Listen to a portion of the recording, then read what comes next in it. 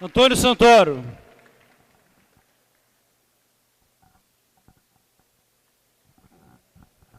Boa noite a todos. Eu sou professor de Direito e vim aqui para dar uma palavra sobre... acho que a ideia era falar sobre a interceptação telefônica, mas antes de falar sobre a interceptação telefônica, talvez seja mais importante falar sobre o que está acontecendo efetivamente com a utilização do sistema penal como uma forma de sitiar o Estado. E que talvez aquelas pessoas que não estão vivendo o sistema penal por dentro do sistema penal não percebam. Compreendam que a ideia de usar o sistema penal de forma política, ela sempre existiu. Mas a ideia de usar um sistema penal de maneira política sempre foi uma pequena política. Foi uma forma de controle social, como continua sendo, como forma de controlar a população vulnerável, as pessoas pobres, as pessoas negras, as mulheres, as pessoas que são encarceradas, não dizem respeito à exata proporção da população. Observem só, sem querer entrar em números, porque não é a ideia, mas quase 80% da população encarcerada é negra. E esse não é o percentual da nossa população. Isso se refere ao pequeno controle social, o micropolítico. Mas algo para esse controle social é que consegue perceber que o sistema penal começa a ser usado a partir de 2013, junho, das manifestações de junho.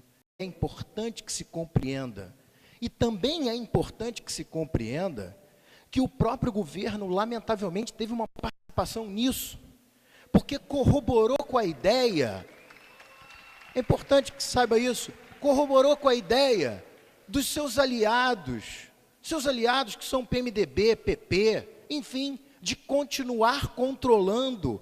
E esse controle se tornou perigoso, não apenas, obviamente também porque as políticas sociais mudaram o perfil, tiraram uma grande parte da nossa população da miséria, ainda precisa muito, colocou uma pequena parte da população vulnerável nas universidades, ainda precisa muito. Mas quando a população foi às ruas em junho de 2013, o perfil mudou. E o próprio governo admitiu utilizar o sistema penal para controlar os manifestantes que foram para as ruas em 2013. E admitiu isso, editando leis como, por exemplo, a lei de terrorismo, que acabou de ser publicada, pouca gente sabe disso, que define ato terrorista como simplesmente praticar ato terrorista. Ou seja, o que se quiser. Em 2013, logo depois das manifestações, foi editado e entrou em vigor a Lei do Crime Organizado. A Lei do Crime Organizado serviu para procurar grupos que, se quisessem, e se criminalizar aquele grupo. Ironicamente, foi essa lei que deu poderes amplos a quem quiser punir o crime, ou quem não quiser punir o crime, mas quiser punir qualquer grupo social que se organize. Mas, ironicamente, foi essa lei que deu ao Sérgio Moro poder para que ele fizesse o que ele está hoje fazendo. É isso que está acontecendo.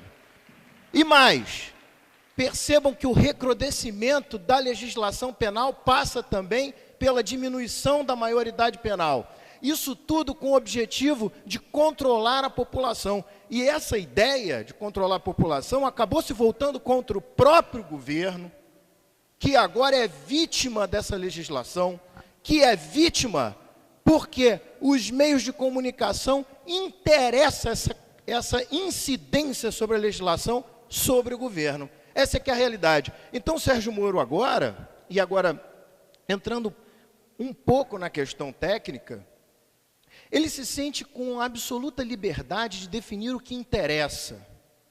Ou seja, a legislação que define as interceptações telefônicas, diz que elas devem ficar o tempo todo em sigilo. Está escrito, não há mistério. Mas interessa para ele criar um argumento qualquer que naturalmente será corroborado pela grande mídia e vai ser aplaudido, não sei por quem, porque aqui certamente não será, mas vai ser aplaudido por quem entende que deve acabar com esse governo, que é um governo social, e quero deixar claro aqui que não estou fazendo uma defesa do governo, mas das políticas sociais que o governo desenvolveu. Então a ideia é fazer com que incida a legislação penal afastando as garantias que já existem. O que está acontecendo hoje é simplesmente o afastamento das garantias para a incidência da legislação penal como uma forma de controle macropolítico do poder. E essa ideia de controle macropolítico do poder é o que está gerando essa tentativa de golpe, fascismo. E tudo isso que está acontecendo se faz de uma maneira muito sutil. Usa-se o discurso anticorrupção. Mas eu gostaria de deixar claro aqui uma posição talvez bastante simples, que é o seguinte: lutar contra a corrupção não é bandeira. Bandeira é lutar contra algo que as pessoas são contra. Lutar contra a homofobia, lutar contra o racismo, isso é luta. Lutar contra a corrupção, por acaso alguém em sã consciência vai se dizer a favor da corrupção? Nem mesmo os corruptos vão dizer que são a favor da corrupção. Portanto, isso não é bandeira. É óbvio. Na verdade, é um discurso falso e fascista, com o objetivo de tentar atribuir ao governo que hoje está no poder e que é um governo social, a gênese de uma corrupção que sempre existiu. De que maneira? Usando o sistema penal para, atribuindo a esse governo os atos de corrupção, encarcerar um a um e criminalizar, e cuidado, em pouco tempo, proibir partidos que interessem a eles proibir. Essa é a ideia. E o pior, agora voltando para a corrupção, tudo isso que está acontecendo hoje é uma questão estritamente econômica, não política. A verdade é essa. Porque se o Brasil ainda estivesse nadando de braçada no barril de petróleo a $140, até hoje estavam dividindo o produto da corrupção. Mas a corrupção secou. Então usa a ideia de que o governo é corrupto para encarcerar o governo, porque o governo não consegue mais compor com o Congresso, porque não há mais como dividir uma corrupção seca. Então criminaliza-se a corrupção que é de todo o Congresso. Ou alguém tem dúvida que o Congresso todo é envolvido com isso? É distribuição de cargos, é distribuição de estatais, é distribuição de todo tipo de benefício para angariar apoio. O apoio simplesmente não pode mais ser comprado, porque a economia secou. E a verdade é que quem foi à rua não foi lutar contra a corrupção. Sérgio Moro não está lutando contra a corrupção. Sérgio Moro aplica o sistema penal para a tomada de poder, não por ele, porque ele é joguete.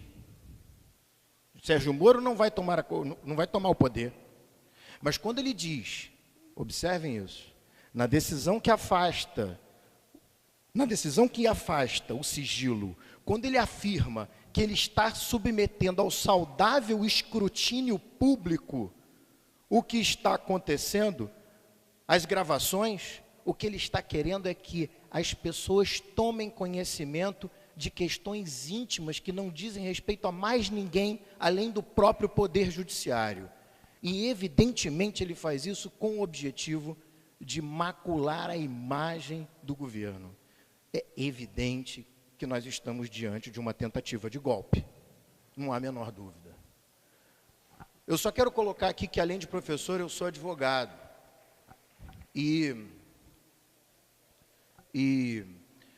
Me sinto muito mais à vontade de falar aqui do que se eu estivesse falando no Conselho Federal da OAB. com sinceridade, porque por absoluta vergonha, e é uma vergonha,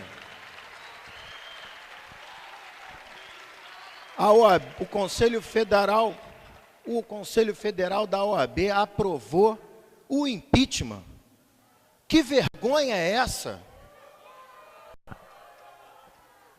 A verdade, sem dúvida nenhuma, é que as pessoas, inclusive a OAB, o Conselho Federal da OAB, está jogando o jogo da mídia. Está querendo fazer exatamente aquilo que se cobra dela, ou seja, cobrar o impeachment juridicamente que não se sustenta. Na realidade, nada disso se sustenta, porque o processo de impeachment não é um processo judicial, criminal, é um processo estritamente político. E é um processo político que interessa apenas a quem quer retomar uma economia absolutamente liberal, que, leia-se, não é uma economia liberal. Na realidade, é uma venda. É o que está acontecendo. O que aconteceu aqui... O que aconteceu aqui com o Banerj, essa venda do Banerj por R$1, caricata, é o que vai se fazer com a Petrobras. Só não vê quem não quer. Essa é a ideia. Para isso, disse o quê? Que a Petrobras é um antro de corrupção. Então vamos vender. E aí vamos vender como? Como se fez no passado. Abre-se um edital, pode comprar com dinheiro, mas olha, pode comprar também com títulos que não valem mais nada. Mas, ironicamente, só alguns títulos que não valem mais nada podem ser usados para comprar. E esses títulos que não valem mais nada estão na mão de algumas pessoas. E isso não é corrupção. Então, eu não sei o que é corrupção. O fato é que o circo está montado. Esse processo de impeachment, se ninguém se manifestar, se nós não nos manifestarmos, e aí eu vou ter que incluir nós que trabalhamos com o direito, se nós não tomarmos uma posição séria, lamentavelmente, vai ter golpe. A verdade é que eu também quero deixar claro, eu tenho várias críticas ao governo pessoais, mas uma coisa é certa, se alguma coisa nós conseguimos, e o direito também conseguiu, foi garantias individuais e fundamentais. Uma delas é o direito de votar. Mesmo eu não tendo votado nela, ela foi eleita. E se ela foi eleita, não pode tirar ela de lá. Senão a democracia vai ao chão.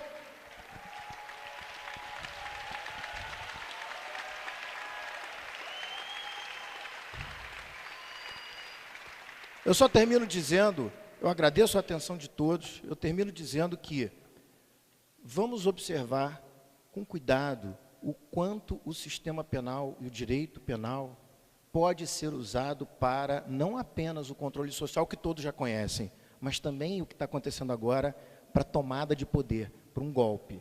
Nós não podemos aceitar isso. Somos nós que não podemos aceitar. E nós temos que dizer para eles que não vai ter golpe. Muito obrigado.